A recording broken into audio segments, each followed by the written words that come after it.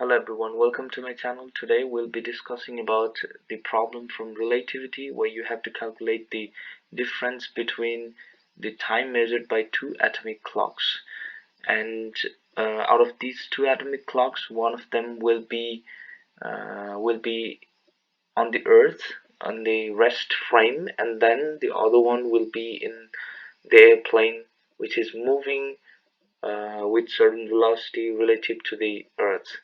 So if we read the equation here, it says two atomic clocks are carefully synchronized. So they are first synchronized, and one remains in Bremen and the other is loaded on an airliner that travels at an average speed of 300 meters per second and then returns to Bremen.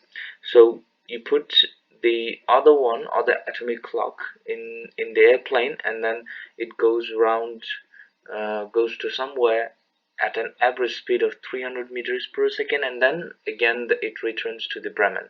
So what we can say is just the average speed, the speed with which it travels from Bremen to some point and then back to Bremen is 300 meters per second. And when the plane returns, the elapsed time on the clock that stayed behind is 6 hours. But how much will the readings of the two clocks differ, and which clock will show the shorter elapsed time? So just from the concept of relativity, you know that when something moves, the time measured by the observer in the moving frame is less than the time measured by the observer in the rest frame. So the time measured by the atomic clock, which is in the airplane, will be less than the time measured by the atomic clock on Earth. So in this case here, if we consider delta t not to be the time measured by the atomic clock on Earth, which is 6 hours, and delta t be the time measured by the observer in the plane, which we don't know, then we know that delta t is less than delta t naught. We are given that v is equals to 300 meters per second, and the velocity of light, as we know, is 3 times 10 to the power 8 meters per second. Now we know that delta t can be calculated using the equation which I'm writing now. It's delta t equals to delta t naught times the square root of 1 minus v square over c squared. Now if you plug in the values, it will be 6 hours for delta t naught, and then square root of 1 minus v over c squared, and v over c squared we can just calculate from here, which is v over c is equal to 300 meters per second divided by 3 times 10 to the power 8 meters per second, and it will be equal to 1 times 10 to the power minus 6 only. It's unitless since they have the same unit.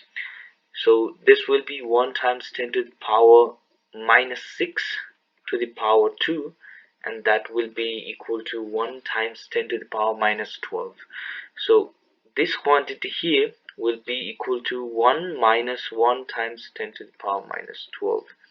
So if you try to calculate this in your calculator, then you will probably get this to be 1, since your calculator, if you are using the calculator with low precision, then it will just give you 1, and you can't exactly say that there is a difference between delta t naught and delta t. So instead you can use Python, or you can use the approximation we know about binomial expansion.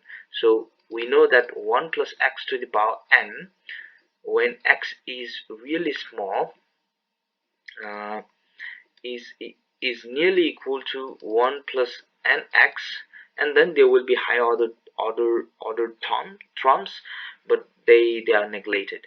So it will be 1 plus nx. So in this case it will be 1 minus 1 times 10 to the power minus 12 is equal to the power 1 over 2 is nearly equal to its 1 plus 1 over 2 times x. Here x is minus 1 times 10 to the power minus 12, so it will be minus 1 times 10 to the power minus 12.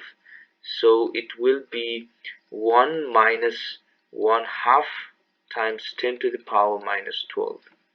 So this whole thing here, this whole thing can be written as 1 minus 1 over 2 times 10 to the power minus 12. And now if you multiply this one, then you'll get 6.00 hours minus 6 over 2, which is 3 times 10 to the power minus 12 hours.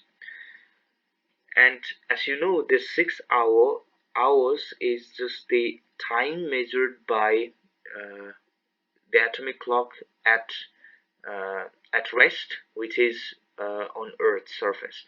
So it will be delta T naught, and the question asks us about by how much the reading of the two clocks differ, and that will be just delta T naught minus delta T. Actually, it doesn't matter which you take. If you just put the absolute value, it shows it says about the difference.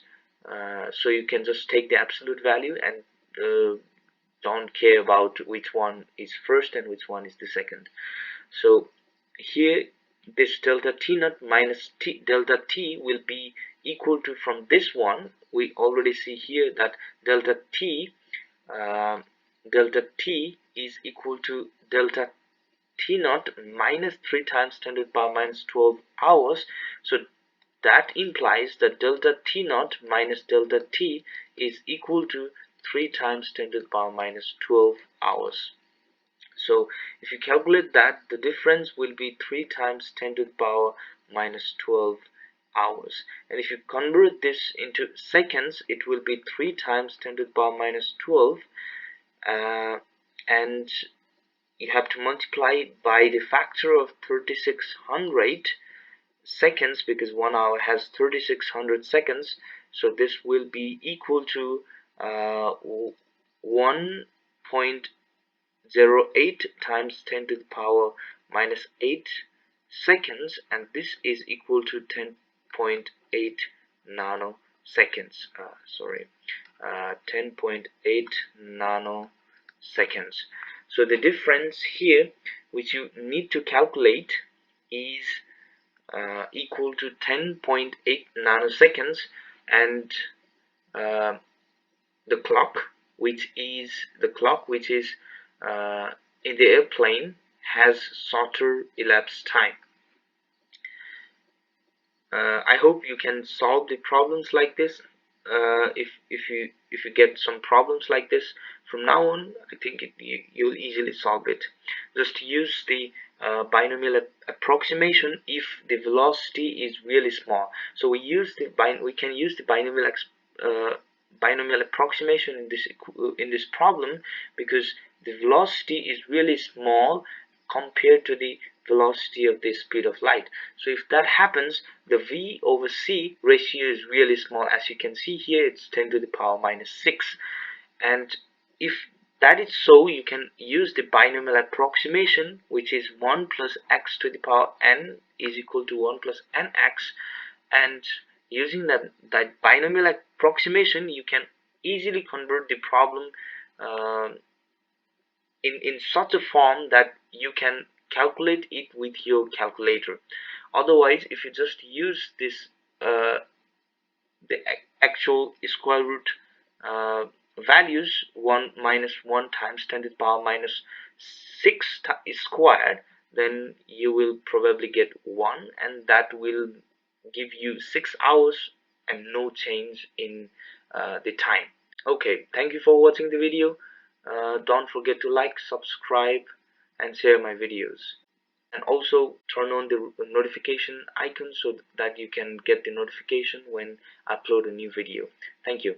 Bye bye. See you next time.